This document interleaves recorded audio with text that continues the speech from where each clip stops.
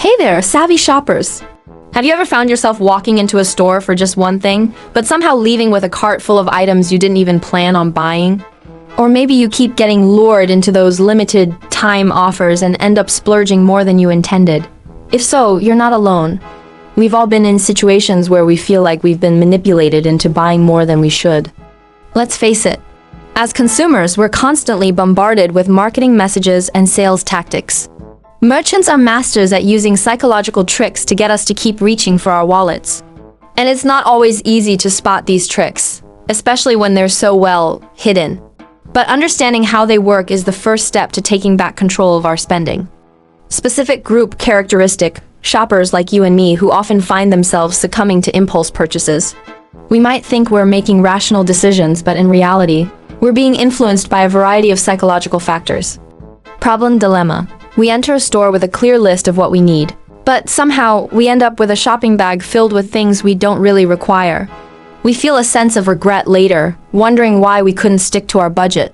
It's frustrating, and it can make us feel like we're not in control of our own spending. Redefinition positive perspective. But here's the thing, these experiences aren't just about making bad decisions. They're opportunities for us to learn more about ourselves and the marketing strategies that affect our behavior. By understanding these tricks, we can become more informed consumers and make better choices. Solution action advice. One of the most common tricks merchants use is the power of scarcity. They create a sense of urgency by saying things like limited stock available or offer ends soon. To counter this, take a step back and ask yourself if you really need the item. Is it something you'll use often, or is it just a fleeting desire? Another trick is the use of social proof. Merchants might show you reviews or testimonials from other customers to make you feel like everyone else is buying the product. Don't be swayed by this. Do your own research and consider if the product actually meets your needs. Encouragement empowerment. You have the power to resist these tricks. You're a smart shopper, and by being aware of these psychological tactics, you can make purchases that are truly in your best interest. Don't let merchants manipulate you into buying things you don't want or need. Now let's dig deeper into some of these psychological tricks. One classic technique is the anchoring effect. Merchants start by showing you a high-priced item first. This becomes your anchor, and then when they show you a slightly cheaper alternative, it seems like a great deal. For example, you walk into a clothing store, and they show you a designer dress for $500. Then, they show you a similar-looking dress for $200. Suddenly, that $200 dress seems like a steal, even though it might still be more than you'd usually spend.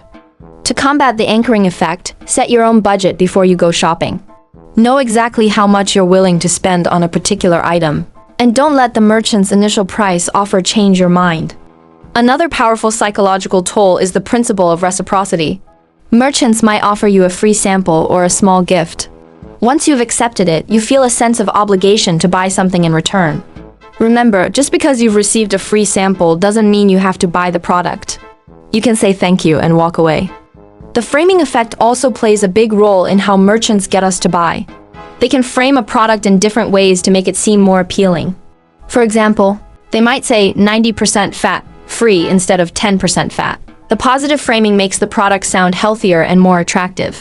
When you see these kinds of statements, look beyond the words and consider the actual facts. Then there's the power of packaging.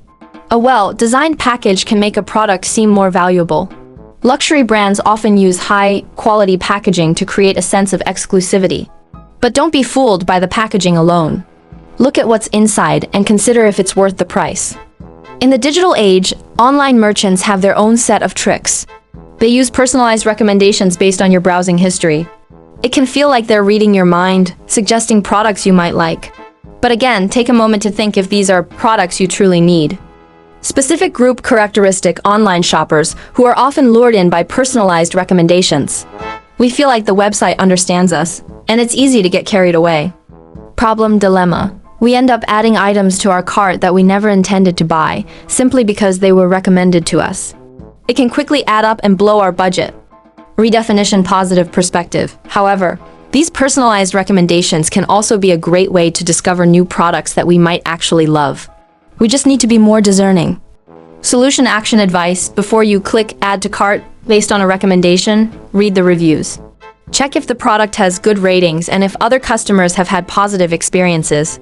Also, set a limit on how much you can spend on impulse purchases from these recommendations. Encouragement empowerment. You're in charge of your online shopping experience. Don't let the algorithms dictate your purchases. You have the wisdom to choose what's right for you. Merchants also use the concept of loss aversion. We hate losing more than we love winning. So they might say things like, don't miss out on this great deal, or you'll regret not buying this. This makes us feel like we're missing out if we don't make the purchase. But remember, there will always be other deals and products. Don't let the fear of missing out drive your buying decisions. Specific group characteristic, those who are prone to the fear of missing out. We see a limited time offer and immediately feel the urge to buy, even if we're not sure if it's a good fit. Problem dilemma, we make hasty decisions and later, we might find that the product wasn't as great as we thought, or we could have found a better deal elsewhere. Redefinition positive perspective. The fear of missing out can also be a sign that we're excited about new opportunities. We just need to channel that excitement into more rational decision making. Solution action advice. Give yourself some time to think. If it's an online offer, close the tab and come back to it later. If it's in store, walk away and come back in a few minutes. This will give you time to clear your head and make a more informed choice. Encouragement empowerment. You're capable of making smart choices. Don't let the fear of missing out cloud your judgment. Trust yourself to know what's best for you.